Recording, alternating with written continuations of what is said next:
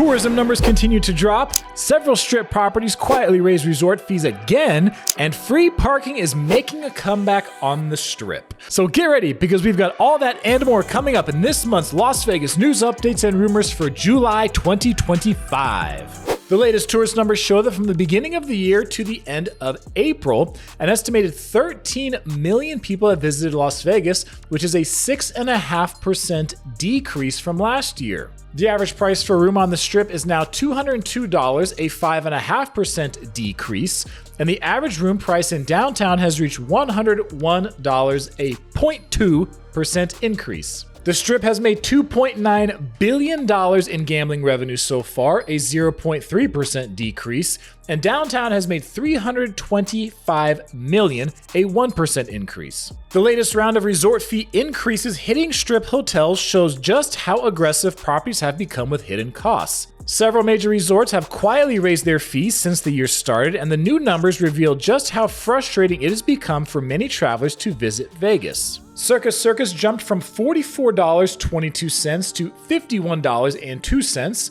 Fontainebleau went from $50 to $55. Hilton Grand Vacations increased from $30 to $40, and Waldorf Astoria climbed from $45 to $55. These latest hikes mean some Strip properties are now charging over $60 per night in resort fees and room taxes combined, with rooms advertised for $99 but costing $175 after fees and taxes.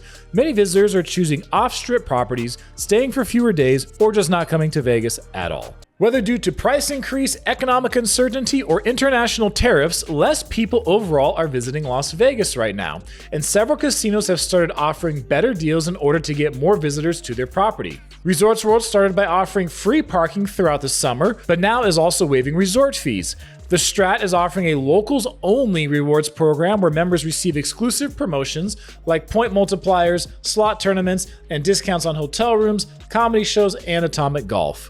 The Las Vegas Convention and Visitors Authority has also launched a program called Locals Unlocked that is a guide to encourage locals to take advantage of many discounts around the valley. This is cool and all, but if you really want to encourage Vegas locals to visit the Strip more often, 24-hour free parking is a good first step. There's a brand new residency coming to Las Vegas for one of the biggest names in country music. Dolly Parton has announced that she's doing a run of 6 shows at the Coliseum at Caesars Palace later this year from December 4th to December 13th during National Finals Rodeo. Parton has not been on the road since her last tour ended in 2016. This mini residency is officially named Dolly, live in Las Vegas, and will be her first extended run in Vegas since 1993. Tickets are already on sale. One of Vegas's most iconic restaurants is about to undergo a complete transformation that could change everything about the dining experience. The venue has been operating for almost 30 years and holds a special place in Vegas history, but new leadership is ready to shake things up dramatically. Chef James Tree, the culinary mastermind behind Esther's Kitchen and Al Solito Posto, is taking over Voodoo Steakhouse at Rio and completely rebranding it as High Stakes Vegas. Trees has built a reputation for making everything he touches both satisfying and delicious, and his involvement is expected to be a major win for the Rio Hotel and Casino as they continue their $350 million renovation project. The transformation suggests Dreamscape is serious about elevating Rio's dining options to compete with the more popular Strip properties. Las Vegas has definitely gotten more expensive over the years, so to help you still have an affordable vacation, I've put together a free, easy-to-read list with $4,058.30 in savings across hotels, gambling, food, and activities. Just use the link below or the QR code on screen to save yourself from hours of time researching and to get some amazing Vegas deals sent to your inbox for free. MGM Resorts just found a new way to charge guests for things that used to be completely free. The casino company that brought paid parking to Vegas has now discovered that they can monetize basic dining essentials. Room service customers staying at MGM properties are now getting hit with a $25 operation charge for what they call classic service, which includes the revolutionary luxury of eating off actual plates with real silverware and drinking from glasses. Guests can opt for takeout service at $10, where your $38 spaghetti and meatballs arrives in cardboard boxes with plastic lids. This fee is separate from the room service prices, taxes, and mandatory tips that come with ordering. As visitation continues declining in Vegas, MGM's latest nickel and diming strategy shows exactly why many travelers are cutting back on their Vegas trip frequency. The soon-to-be Las Vegas Athletics held their groundbreaking ceremony on Monday, June 23rd at the former site of the Tropicana Hotel and Casino. Owner John Fisher, MLB Commissioner Rob Manfred, and several government officials were present. The $1.75 billion stadium is expected to be completed in time for the 2020 season and hold around 33,000 people. Up to $380 million in public funding was approved for building the stadium following a special session of the Nevada legislature in 2023. The A's are responsible for all other building costs. Since the team is no longer playing in Oakland, their temporary home is at Sacramento's Sutter Health Park, the home of the Sacramento River Cats, a minor league team in a stadium that holds around 14,000 people. This is the second professional sports team that Oakland, California has lost to Las Vegas in recent years. The Las Vegas housing market has taken a turn that signals major changes for both buyers and sellers. Many believe the market has finally reached a tipping point after years of having low inventory that was favoring sellers being able to sell their home at higher prices. The most recent report shows $7 billion worth of homes are currently sitting on the market for sale in the Vegas Valley, the highest dollar amount ever recorded according to Redfin. With almost 4 months of inventory available and mortgage rates stuck in the high 6% range, regular buyers are becoming more scarce. The median home price recently fell from its peak of $485,000 down to $480,000, and home builders are offering more incentives like lower mortgage interest rates and paying closing costs to compete for buyers. By the way, yours truly is a licensed real estate agent and mortgage lender in the state of Nevada. So if you need help with buying, selling, or renting, there's a QR code on screen and a link below for you to use if you would like help finding a place to live in the Vegas area. WWE just made an announcement that proves Las Vegas has become a new home for professional wrestling's biggest spectacle.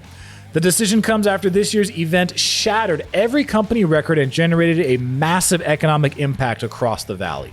Wrestlemania 42 will return to Allegiant Stadium on April 18th and 19th, 2026, making it the second consecutive year Vegas hosts the premier wrestling extravaganza. Triple H made the announcement during Money in the Bank, declaring anything worth doing is worth doing twice.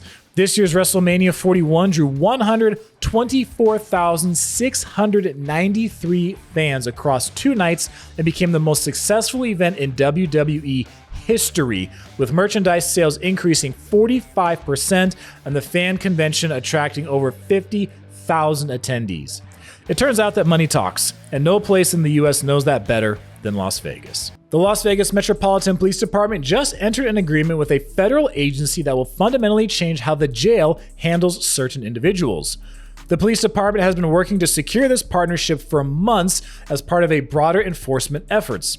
Metro's application to join ICE's 287G program has been officially approved, allowing designated officers to be trained in federal immigration law enforcement. This means that the Clark County Detention Center can now hold individuals with federal warrants for up to 48 hours after their release date, giving ICE more time to coordinate pickup.